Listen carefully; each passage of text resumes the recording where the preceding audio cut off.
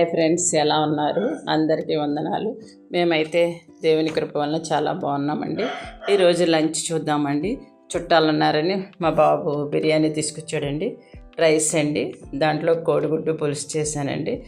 పులుసే కానండి, దగ్గర వండుకుంటామండి, చాలా టేస్ట్గా ఉంటుంది. బెండకాయ ఫ్రై చేశానండి. ఇంకా పప్పు పాలకూర అండి, రసము, పెరుగు. మార్నింగ్ టిఫిన్కి గారెలు పెరుగావళ్ళు చేశానండి. అరటిపళ్ళు. చిన్న మాట, నీతిమంతుల మార్గము దేవునికి తెలియను, దుష్టుల మార్గము నాశనంనకు నడుపును. చూడండి, మనం ఎంతవరకు సబ్ట్రాక్షను, ఎడిషను, మల్టిప్లికేషను నేర్చుకున్నాం. ఈరోజు డివిజన్ చూద్దాము. దేవుడు మనుషులను రెండు రకాలుగా, అంటే నీతిమంతులుగాను దుష్టులుగాను డివైడ్ చేశాడు. దేవుని తీర్పు ఒక విభజన గీత లాంటిది.